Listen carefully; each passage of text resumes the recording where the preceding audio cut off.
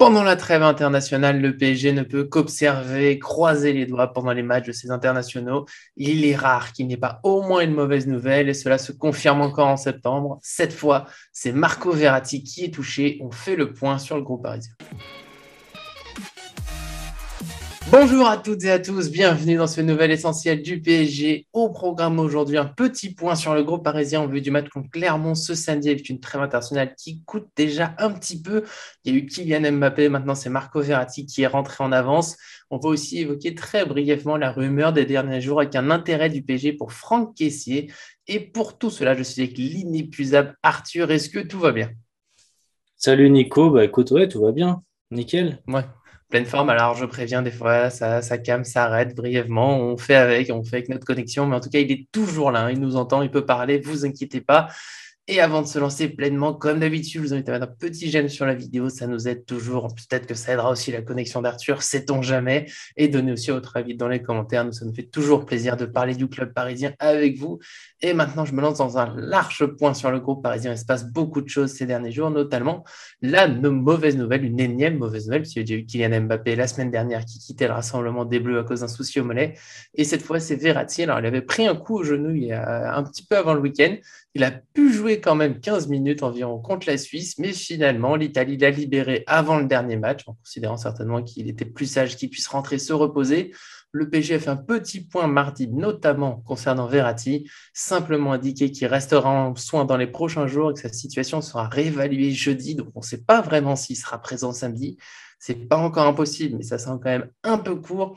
Et avec ce possible absence, voire probable, eh bien, s'ajoute au moins 9 absents. C'est le grand plaisir du PSG. Enfin, possiblement 9 absents, mais au moins 8. Il y a 4 joueurs en plus qui sont à l'infirmerie en ce moment. Le petit point du PSG, c'est que Bernat a été gêné par un adducteur ces derniers jours et s'est entraîné 5 jours individuellement, mais il reprendra l'entraînement avec le groupe ce mercredi. Attention, il revient quand même. On y croit, on s'accroche. Pour Ramos, il continue sa préparation physique. Il n'y a pas de date qui soit donnée. Colin Dagba reprendra l'entraînement cette semaine suite à son entorse à la cheville. Donc, enfin, le retour de Dagba qui n'a quasiment pas participé à la préparation estivale. Et Levin Kurzawa connaît une bonne évolution de la lésion à son adducteur droit. Il devrait reprendre avec le groupe en fin de semaine. Donc, petit à petit, ça se remplit. Mais ça va être bien trop court, hein, pour ce samedi face à Clermont. Et aussi, on a déjà 4 forfaits déjà connus: Neymar, Leandro Paredes, André Di Maria et Lionel Messi. Simplement parce que les Brésiliens et Argentins joueront dans la nuit de jeudi à vendredi pour un match des éliminatoires de la Coupe du Monde. Les voir jouer le samedi, c'est impossible à part d'une immense surprise, mais ça s'est jamais vu, hein, de jouer autant. Je n'ai pas cité Marquinhos parce que c'est la petite surprise de ce mardi. Normalement, il rentre plus tôt à Paris, donc dès ce mardi, en fait, et c'est un peu compliqué, le match contre l'Argentine, normalement, vous l'avez vu, entre le Brésil et l'Argentine, dimanche soir, il a été interrompu dès la 6e minute de jeu à cause de règles sanitaires. On ne va pas rentrer dans les détails, je vous laisse chercher si vous voulez tous les détails, mais en gros, ça a été interrompu. Marquinhos était suspendu pour ce match et la fédération brésilienne n'a pas la garantie de la part de la FIFA que ça suffise à purger sa suspension et donc qu'il puisse jouer ce dernier match de la trêve contre le Pérou. Alors, il a été décidé de le renvoyer à Paris pour ne pas prendre de risques et de se poser de problèmes au niveau du règlement. Et il y a toujours Mbappé qui est incertain suite à sa blessure au mollet. Là, le PSG a simplement dit qu'il est toujours en soins et qu'un nouveau point sera fait 48 heures après reprise de la course. Alors, on est vraiment très probablement sur un forfait samedi, mais si ce n'est pas encore tout à fait sûr, on peut au moins s'inquiéter. Ça fait déjà 2 joueurs perdus sur la trêve en espérant que ce soit court. Et alors là, Arthur, enfin, tu vas pouvoir te lancer, parce que là, c'est moi qui ai fait tout le point. Je te lance sur 2 points que je note: c'est que le PSG n'a plus vraiment d'attaquant avec ses absences et que peut-être que garder Sarabia ou Kalimundo, ça aurait été pas si mal. Là, il reste Draxler et puis Garbi et puis une surprise. Et sinon, on a ce calendrier de trêve internationale qui arrive dès le mois de septembre avec 3 matchs et donc presque forcément des blessés. Ouais, en plus, tu n'as pas cité Navas, je crois, non? Est-ce que lui va pouvoir jouer samedi? Il joue mercredi soir, je crois. C'est Donc c'est peut-être moins certain qu'en jouant le jeudi soir, on va dire. après, bon, niveau gardien, il y a ce qu'il faut au PSG pour le remplacer pour un match il y a Donnarumma, il y aura peut-être, C'est vrai. il y a toujours Rico et tout ça derrière, donc ça va. Mais voilà, oui, bah écoute, le point déjà pour au niveau des attaquants. Bah, clairement, on l'avait dit dans un des derniers podcasts du Mercato, l'effectif parisien au niveau de l'attaque, il est pas pléthorique, hein, il est qualitatif plus que quantitatif. Donc forcément, Oui. bah, comme ils sont tous sud-américains et que bah, toutes les trêves internationales, ça va être un petit peu le même bazar, on va se retrouver toujours avec cette problématique-là. Il n'y a même pas Kalimundo, comme tu l'as dit, il n'y a pas Sarabia, donc il va falloir faire avec.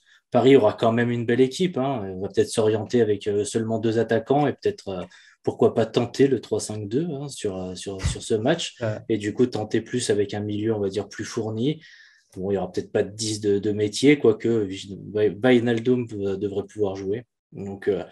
Donc, moi, je vois quand même une belle équipe. Et c'est vrai qu'à terme, ça posera une vraie problématique, hein. Icardi, en plus, est blessé. Donc, Paris doit aussi se Ça, je méfier ne l'ai pas cité parce qu'on le savait déjà, mais Icardi est blessé. voilà, il va falloir que Paris se méfie de ces aléas-là, hein. Il va y avoir aussi la CAN aussi qui va venir perturber un petit peu le calendrier en janvier.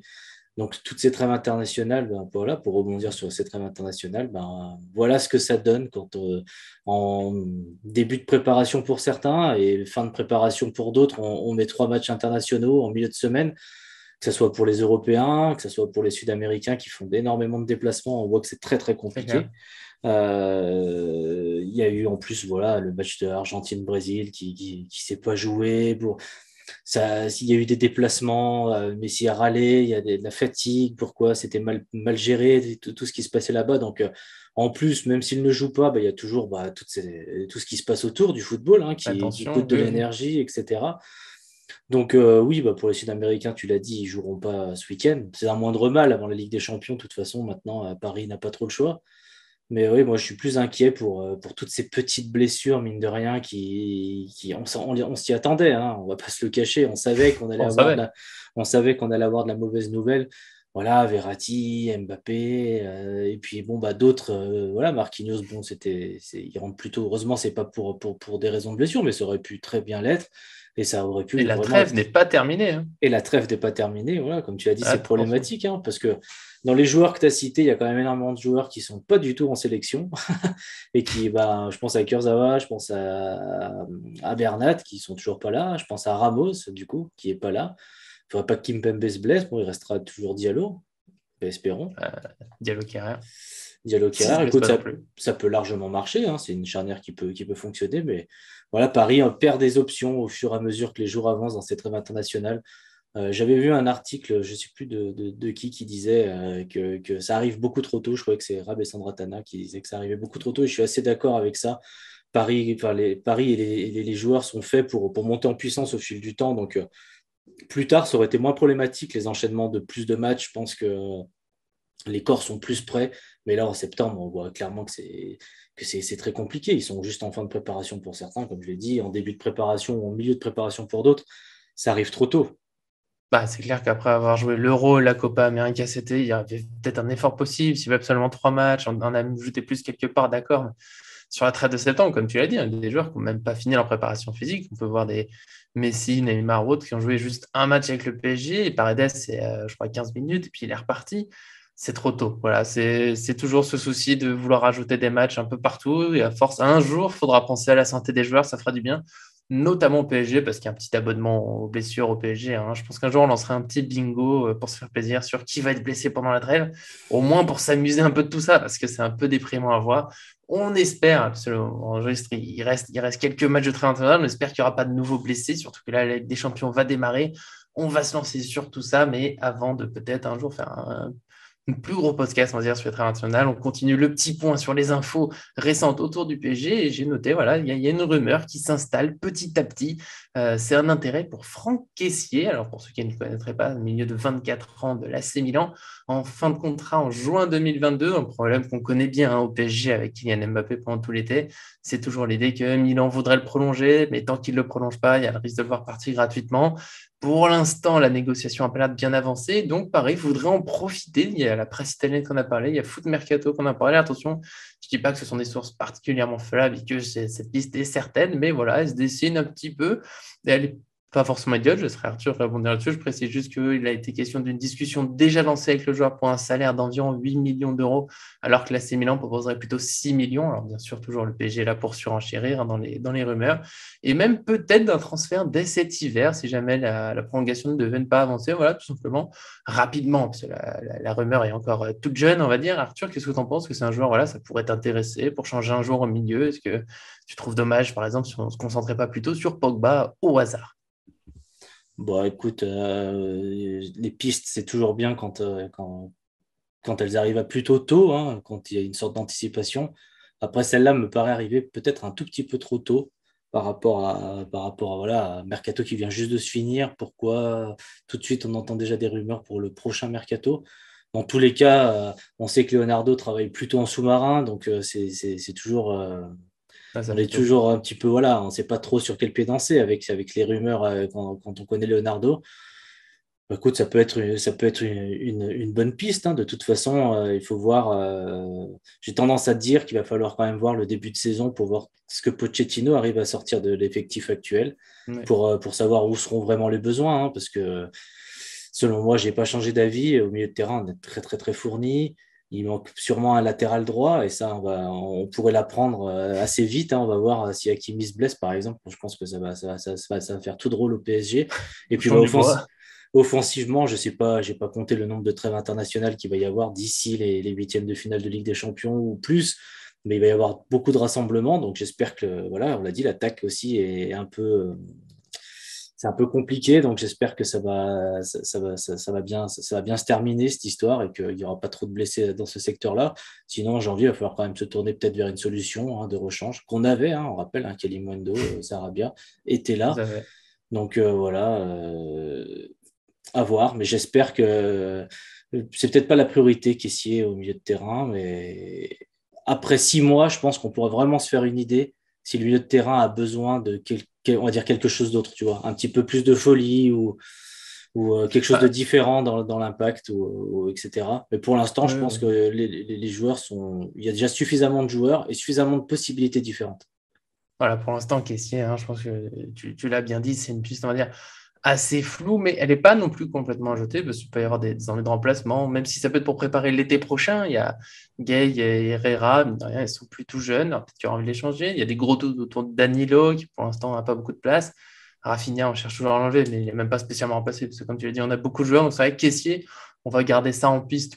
Peut-être, hein, si le PSG veut préparer la suite, veut encore profiter d'une belle opportunité, hein, une fin de contrat, c'est toujours un coup à essayer. Kessié, c'est un très bon joueur, donc pourquoi pas. Mais c'est vrai que pour cet hiver, si vraiment il faut faire un petit peu de retouches, hein, souvent c'est ça le mercato hivernal, bah, on va plutôt penser à un arrière droit, peut-être un attaquant, sauf si c'est un jeune du centre de formation qui a sa chance, voilà, qui peut se montrer. Sauf que ceux qu'on avait pour l'instant, ils sont prêtés, hein. Je pense aussi à Najera qui est parti en prêt. Donc voilà, on va voir un peu comment ça se fait. Kessié, je le redis, voilà, on l'a mentionné, c'est une possibilité peut-être hein, pour remplacer, je le redis, un Herrera éventuellement l'été prochain, en ayant préparé le coup, en ayant discuté dès maintenant. Pourquoi pas? On verra un peu si ça se confirme. Si ça se confirme, on parlera un peu plus précisément du joueur. Là, pour le moment, voilà, fallait évoquer la rumeur, mais ça reste flou. Donc, on vous invite quand même toujours à faire attention. Attendez de voir un peu si ça se confirme. Le mercato vient de se finir. On parle déjà du prochain. Il y a le temps pour toutes ces rumeurs. Nous, on se retrouvera très prochainement dans une nouvelle vidéo, peut-être un nouveau point sur l'infirmerie, hein. Il y a encore des matchs internationaux ce soir. On va voir ce qu'on fait. En tout cas, abonnez-vous en activant la cloche pour être sûr d'en rien manquer. Vous avez aussi notre réflexion autour du retour en forme de Kierer pour patienter. Et bien sûr, merci à Arthur aujourd'hui pour sa disponibilité, même si sa connexion n'est pas toujours notre ami. Bah, écoute, hein, merci, ouais, pour ce point voilà, classique. Un début de championnat, Paris a déjà énormément d'absents. Ça ressemble à l'année dernière. Sauf que Paris est en tête, donc déjà ça change pas mal de choses. Oui, ça fait beaucoup de bien. Puis il reste des joueurs dans le groupe, c'est juste que là, tous les absents d'attaque, ça va peut-être faire mal. Après, au moins pour l'instant, il y a aussi des absents, on va dire, de trêve. Donc, on va dire, pas que des blessés. On va dire que ça diminuera cette infirmerie. On y croit un jour. Un point sur le groupe avec moins de 3 absents. Soyons fous. On verra si on peut vivre ça cette saison. En tout cas, merci à tous et à très bientôt sur cette chaîne.